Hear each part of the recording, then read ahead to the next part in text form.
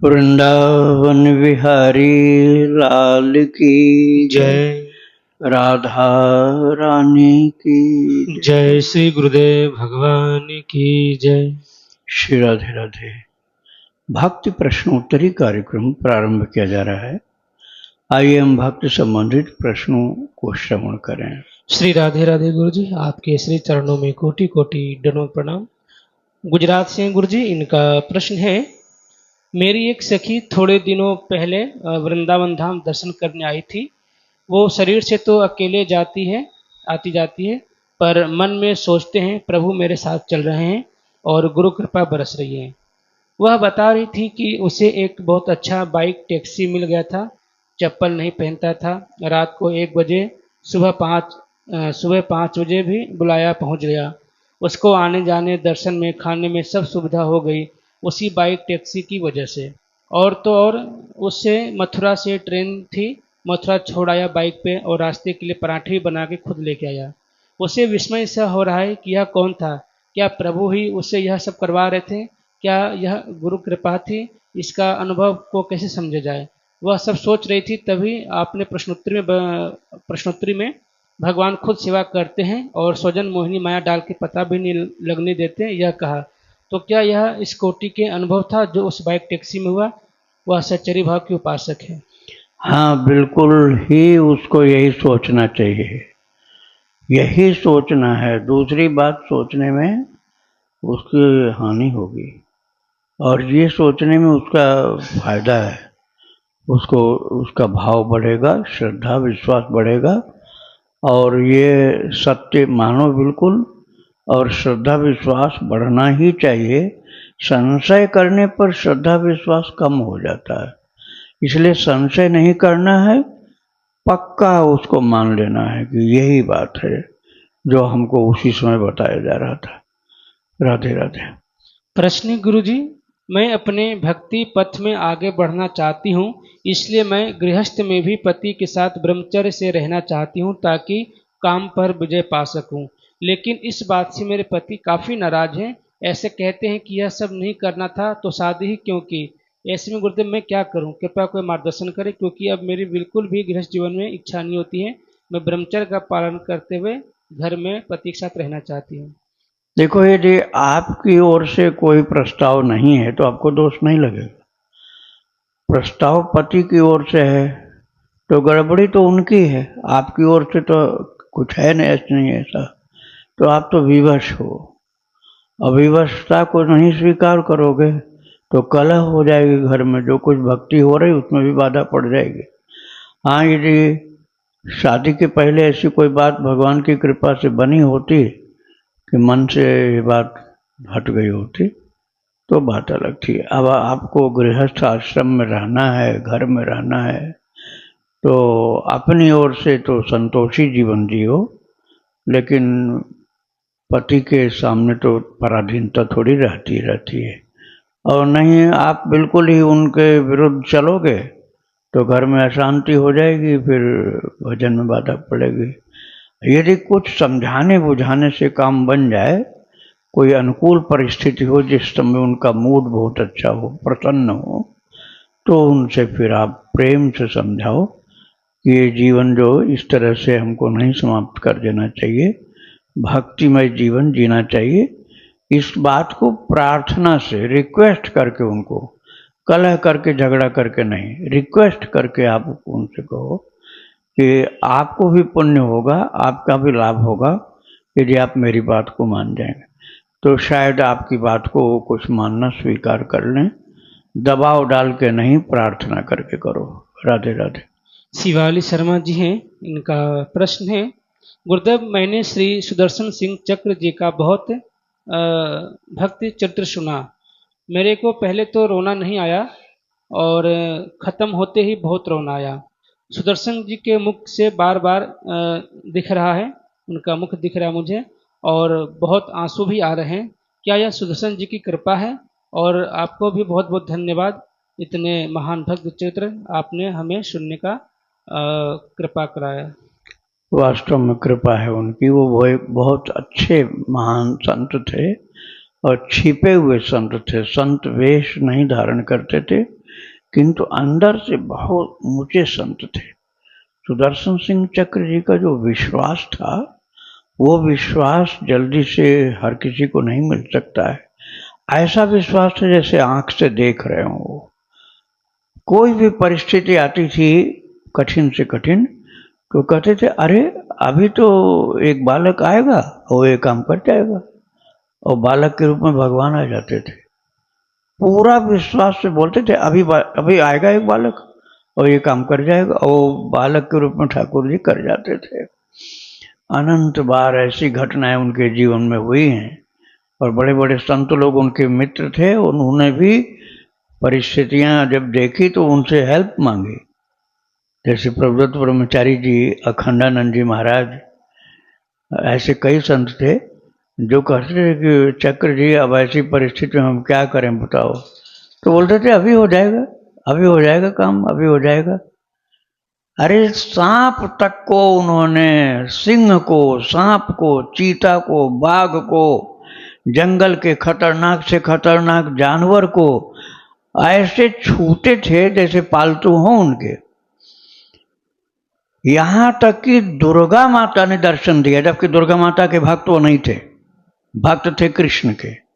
और दुर्गा माता ने दर्शन दिया तो बोले माता जरा इनको हम छू लें, सिंह को, दुर्गा के सिंह को। तो वह हंसने लगी, बोले तुम्हारी जैसी इच्छा हो। तो दुर्गा माता के सिंह को भी उन्होंने छुआ और जंगल के सिंह को भी छुआ। और यहाँ अखंडानंद आश्रम में रुके हुए थे, तो उस समय इतनी लाइट नहीं होती थी और रोशनी का अच्छा इंतजाम नहीं होता था। तो उनके बिल्कुल बिस्तर के बगल में, जमीन पर बिछा कर सोते थे वो, बिस्तर के ठीक बगल में घड़ा रखा था। गर्मी का टाइम था, ठंडा पानी के लिए घड़ा, फ्रिज का जमाना नहीं था तब। तो उसी घड़े पर से वो ढक्कन हटाना चाहते थे और उस पर लिपटा हुआ था काला कोबरा, भयंकर विषधर। वो फुसकार नहीं मारा, और लोगों को तो फुफकार मार देता और डंक भी मार देता, डस लेता, लेकिन वो बड़ी शांति से उसे लिपटा रहा। तो जब उन्होंने अपना हाथ रखा घड़े के ऊपर, घड़ा टेढ़ा करने के लिए कि जल निकालें, तो हाथ उसी के ऊपर सीधा पड़ा। तो अब आप समझ लीजिए उनकी स्थिति कैसी, कितनी ऊंची थी कि कोई दूसरा होता तो चौंक कर हाथ हटा लेता या भग जाता उठकर, या चिल्ला पड़ता। लेकिन वो क्या बोले, अच्छा श्याम सुंदर तुम बैठे हो, ये बोला था उन्होंने। सुदर्शन सिंह चक्र बोले अच्छा श्याम सुंदर तुम बैठे हो, ठीक है ठंडक लो, लेकिन थोड़ा सा हट जाओ तो मैं पानी निकाल लूं, फिर तुम बैठ जाना। उस काले कोबरा से बोल रहे हैं, विषधर सर्प से। तो वो उतर करके बगल में हट गया और उन्होंने टेढ़ा किया, एक गिलास जल पिया, फिर दूसरा गिलास पिया, फिर बोले श्याम सुंदर अब अपनी जगह बैठ जाओ तुम। और सांप उठ करके फिर आ करके उसी घड़े की ठंडक को लेने के लिए चारों तरफ से लिपट कर। और ये बात एक दिन की नहीं है। एक दिन वो बांके बिहारी गए, दरवाजा बंद करके नहीं गए, कोई अनजान आदमी आया, जोर से फुफकार मारा सांप ने, वो चिल्ला के भागा बाहर। वो गया सीधा अखंडानंद जी के पास, बोला महाराज जी चक्र जी के कमरे में तो बड़ा भयंकर सांप है। बोले कि उसको हम लोग कुछ कर नहीं सकते हैं, वो आएंगे तब कहा जाएगा। तो जब वो आए चक्र जी बांके बिहारी से, तो अखंडानंद जी स्वयं उनके कमरे में आए। बोले चक्र अरे तुम्हारे कमरे में तो बड़ा विषधर सर्प है। बोले अच्छा वो श्याम सुंदर है?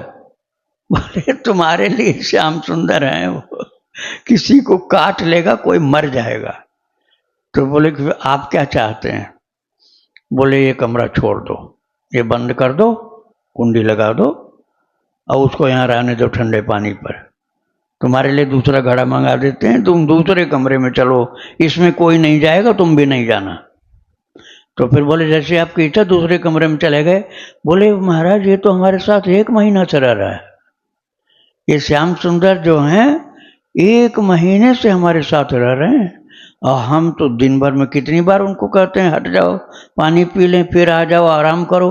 हम किसी से बताते नहीं थे, आज भेद खुल गया तो बता रहे हैं। ये स्थिति थी उनकी। अब आप सोचिए, विषधर सर्प उनकी बात मानता था। सिंह को उन्होंने ऐसे हाथ किया, सिंह पूंछ हिलाता हुआ आ गया जंगल में। शेरनी दौड़ी जड़ी बड़ी जोर से उनके ऊपर, तो सिंह कूद गया शेरनी के ऊपर और रोक दिया उसको, नहीं, इनके ऊपर नहीं कूदना।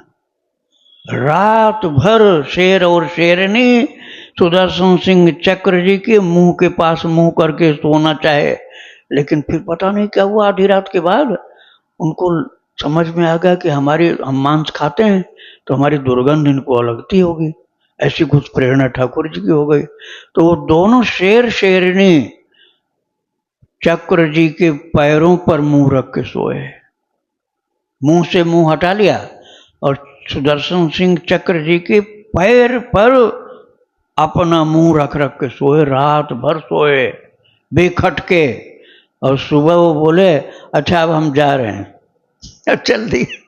और जो था वन विभाग का मालिक, रेंजर जो था, उसने उसको बताया था पुलिस वालों ने, जो वन विभाग के पुलिस होती, कि महाराज एक आदमी रुका नहीं, वो जंगल में चला गया जिधर शेर रहते हैं।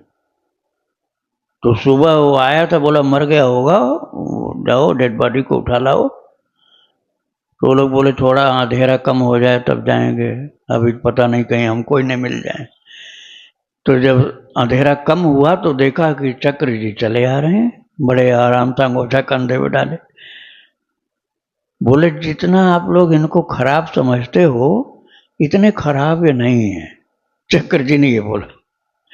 तो अब आप समझिए कि कितना बड़ा उनको विश्वास था कृष्ण के ऊपर, कि उनके लिए चराचर सब एकदम सौम्य थे, कोई खतरनाक नहीं था, चाहे वो सांप हो चाहे शेर हो। ये विश्वास होता है, ऐसा विश्वास हर किसी का नहीं हो सकता है। तो उनका चरित्र बड़ा कल्याणकारी है। स्वयं राधा रानी प्रणाम करती थी उनको जेठ जी कह के, क्योंकि कृष्ण को अपना छोटा भाई मानते थे। तो राधा रानी जेठ जी प्रणाम ऐसे कहती थी, और वो आशीर्वाद देते, सदा खुश रहो, ऐसे बोलते थे राधा रानी। तो ये रिश्ता उनका था भगवान कृष्ण के साथ बड़े भाई का। अपने को बड़ा भाई मानते थे, कृष्ण को छोटा भाई कनू कहते थे। तो पूरा चरित्र आपने सुना है, प्रश्नकर्ता को मैं कह रहा हूँ और लोगों को भी, यदि जिसने नहीं सुना है तो सुनिए श्री सुदर्शन सिंह चक्र जी की चरितावली। आपका विश्वास बढ़ेगा, भक्ति बढ़ेगी। और आंसू नहीं आते हैं तो सती माता की चरितावली सुनिए 6 भाग में, अकेले में सुनिए तो आंसू शुरू हो जाएगी आना। राधे राधे। प्रणव जी हैं, इनका प्रश्न है, गुरुदेव जब जय विजय 3 जन्म में राक्षस बने, हिरण्यकश्यप और हिरण्याक्ष सतयुग में, रावण और कुंभकर्ण त्रेता युग में, शिशुपाल और दंतवक्र कलयुग में, तो मेरा प्रश्न है कि जब जय विजय भक्त की राक्षस लीला में 1 युग का अंतर था, तो इतने गैप में उनकी आत्मा कहाँ थी और क्या करती थी? भाई इतने दिन तक वो लोग स्वर्ग में रहते थे, लेकिन उनके लिए ये श्राप ऐसा था, जय विजय को सनकादि का श्राप था, कि उस श्राप को भगवान भी नहीं रोकते थे। मुकुतन भय हटे भगवाना, 3 जन्म द्विज बचन प्रमाना। 3 जन्म के लिए उनको श्राप दिया गया था, 3 जन्म तुमको राक्षस बनना पड़ेगा। तो भगवान अपने भक्तों की महिमा को बढ़ाने के लिए उनकी बात को रख लेते हैं।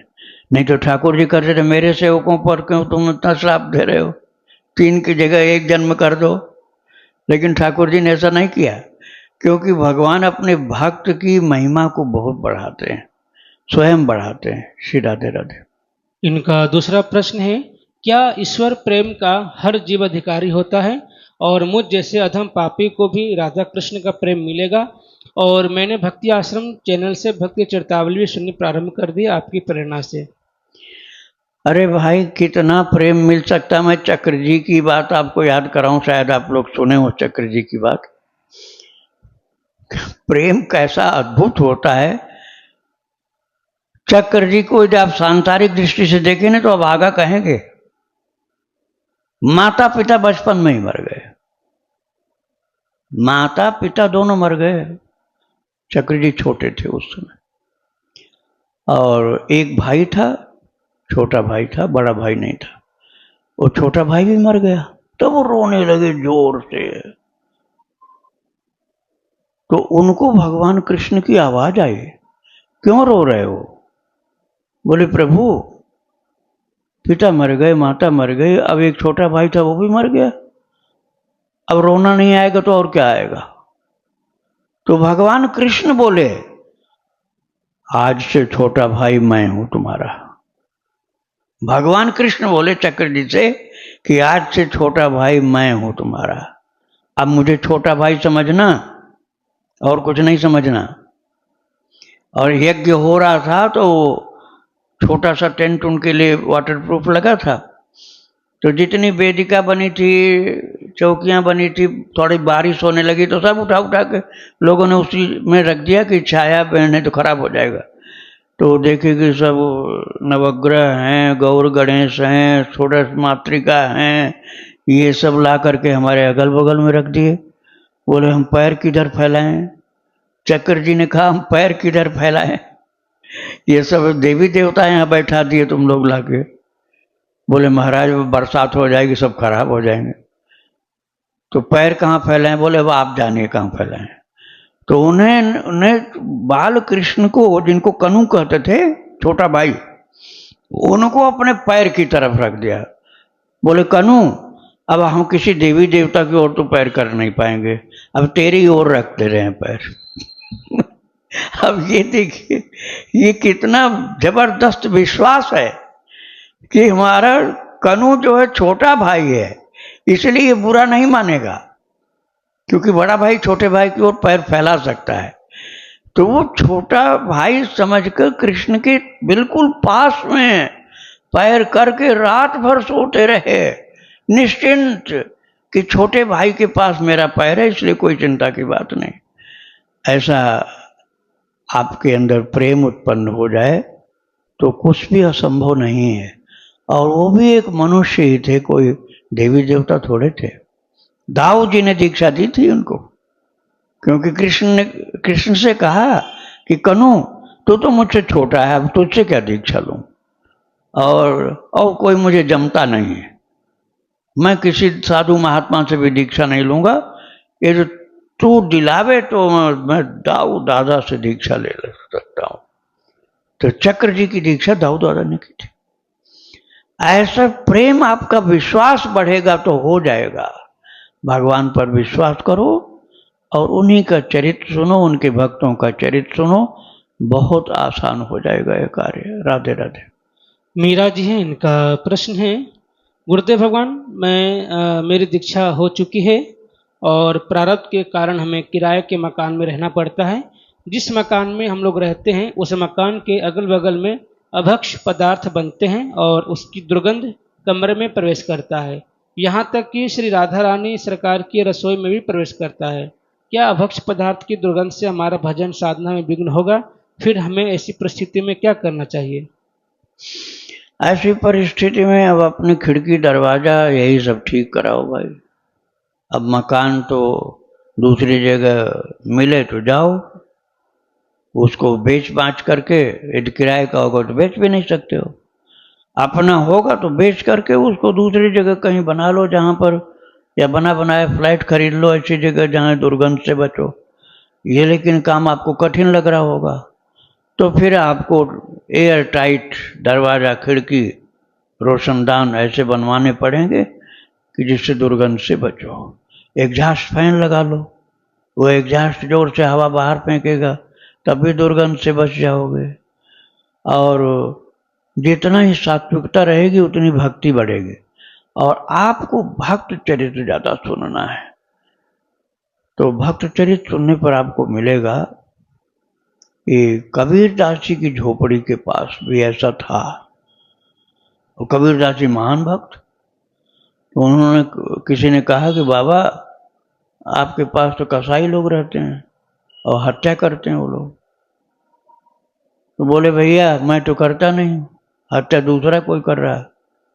कबीरा तेरी झोपड़ी गलकटियन के पास, करेगा सो भरेगा तू क्यों फिरे उदास। कबीर दास जी को भी ऐसी जगह कुछ दिन रहना पड़ा था। फिर जब गुरुदेव के चरण शरण में पहुंच गए तब तो फिर रामानंद जी के चरणों में रहते थे। लेकिन जब तक वो नीरू नीमा के पास रहे, जो उनके पालक माता पिता थे, तब तक उनको ऐसी परिस्थिति में रहना पड़ा था। राधे राधे।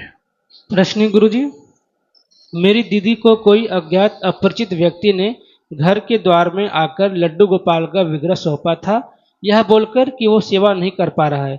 उसके बाद मेरी दीदी उस गोपाल जी को घर में रख ली पर प्रसाद नहीं चढ़ाया। तो कुछ दिन बाद मेरी भांजी को गोपाल जी का सपना आया और डांट भी लगाया सपने में, मुझे खाना नहीं खिलाएगा क्या। फिर वो लड्डू देना शुरू किया। अब कुछ दिन बाद स्वप्न में आया उन्हें सिंहासन आसन चाहिए, तो फिर वह दिया भी गया।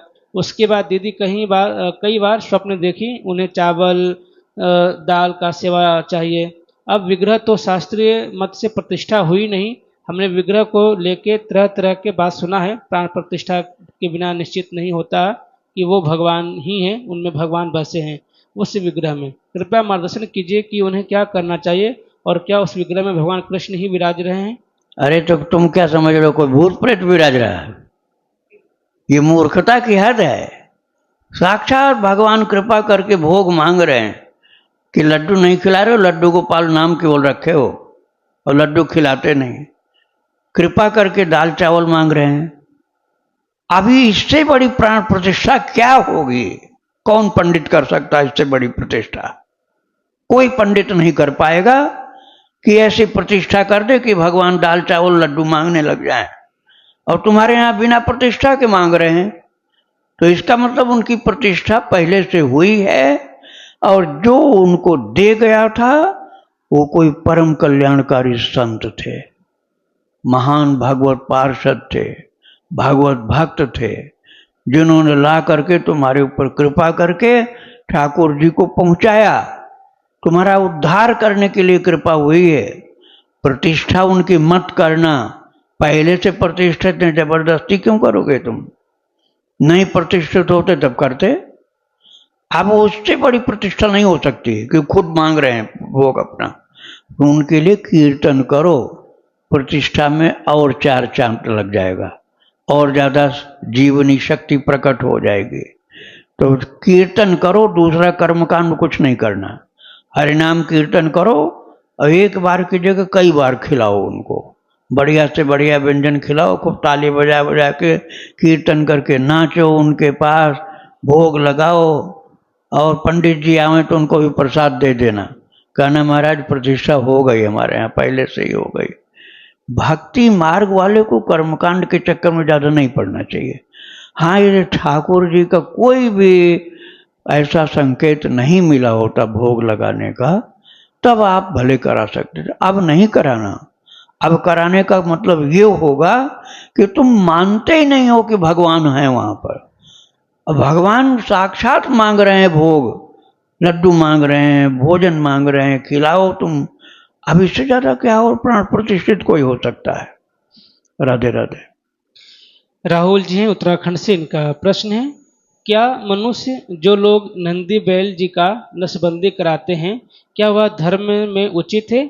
लोग कहते हैं कि वह सेवा नहीं करते हैं, बलवान होते हैं। ये प्रश्न भक्ति का नहीं है, ये किसान वाली बात है।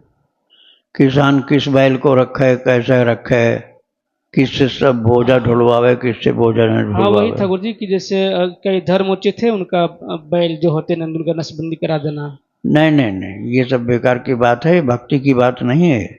नहीं कराना चाहिए भाई। अंग उसका क्यों काटोगे आप? वो क्या बिगाड़ रहा है? वो बैल जो है नंदी, वो आपका क्या बिगाड़ रहा है कि उसका अंग भंग करोगे तुम? अंग भंग नहीं करो। सेवा लेना है तो भले ले लो, लेकिन अंग भंग नहीं करो। हमने देखा है यहाँ वृंदावन में परिक्रमा मार्ग में हमको तो मिलता ही रहता है वो, ये तटिया स्थान के पास, तटिया स्थान और उधर जगन्नाथ मंदिर की तरफ हमको एक मिलता है, बैलगाड़ी मिलती है और उसमें नंदी नंदी लगे रहते हैं और उनका कोई ऐसा नहीं किया गया, नसबंदी नहीं कराई गई और खूब बढ़िया सा नंदी बैल नादिया, जैसे लगता है जैसे शंकर जी के ही हैं, उनको बैलगाड़ी चलाते रहते। आप बस उनको मारना पीटना नहीं, ये तुम उनसे बैलगाड़ी खिंचवाओगे और फिर डंडा भी मारोगे तब तुम्हारा नाश होना है। उनकी पूजा करो, खूब खिलाओ, उनसे सेवा भले लो, लेकिन मारना पीटना नहीं, नहीं तो गलत हो जाएगा फिर। और नसबंदी कराओगे तब भी पाप करोगे, ये पाप मत करना। राधे राधे। इनका दूसरा प्रश्न है, जैसे लोग संयम नहीं कर पाते हैं तो अनावश्यक संतान होती है जिससे वह मरवा देते हैं, भ्रूण हत्या करवाते हैं, तो क्या यह नसबंदी कर सकते हैं जिससे जो संयम नहीं कर सकते हैं या अपने जीवन में संयम नहीं रख पाते हैं तो उससे भ्रूण हत्या भी ना हो? शास्त्रों में क्या ऐसे कोई आज्ञा, क्या पुरुष वर्ग जो है अपनी इच्छा से नसबंदी करा सकते जिससे अनावश्यक बच्चे संतान न हो तो भ्रूण हत्या न कराना पड़े? हाँ, ये बैल का मत कराना, अपना कराना चाहो खूब कराओ। आप तो, आपको कोई जबरदस्ती तो कर नहीं रहा, जबरदस्ती तो कर नहीं रहा, आप इच्छा है करवा रहे हो, लेकिन बैल को, नंदी बैल को आप कराओगे तो पाप, आप लोग आपको पाप लग जाएगा। राधे राधे। सीमा रानी जी, इनका प्रश्न है, मन हमारा अंतःकरण है, जैसे आंख नाक बाहरी करण है, वैसे ही मन केवल हमारे भावों को प्रकट करता है, तो फिर जैसे आंख की अपनी इच्छा नहीं होती देखने की, वैसे मन की भी अपनी इच्छा नहीं होती है, तो इच्छा तो जीव में होती है, लेकिन मन को पलित पापी क्यों कहा गया है, जबकि इसके पीछे वासना तो हमारी ही होती है?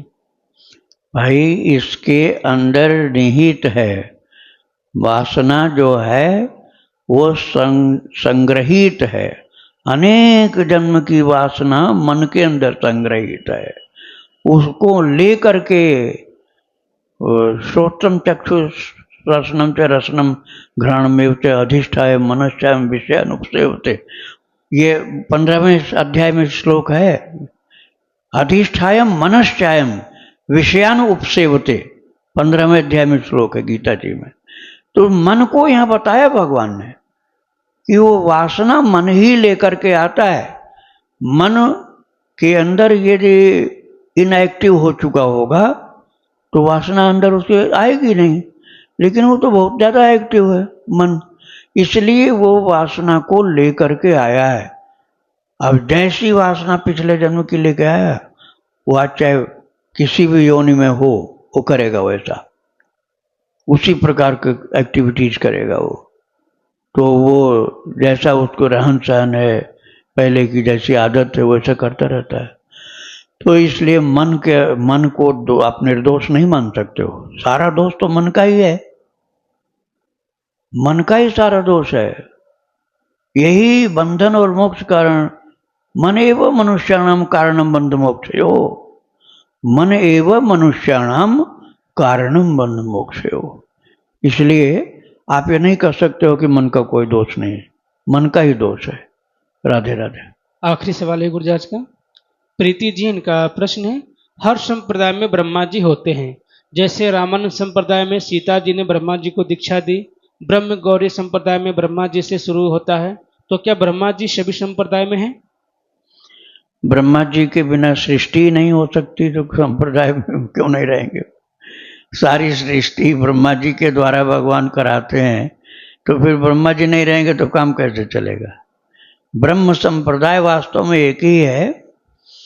जैसे ब्रह्म संप्रदाय है, गौड़ीय संप्रदाय जो है वो ब्रह्म संप्रदाय है, जिसमें चैतन्य महाप्रभु है, उसको द्वैत दर्शन का संप्रदाय कहा जाता है, ब्रह्म संप्रदाय।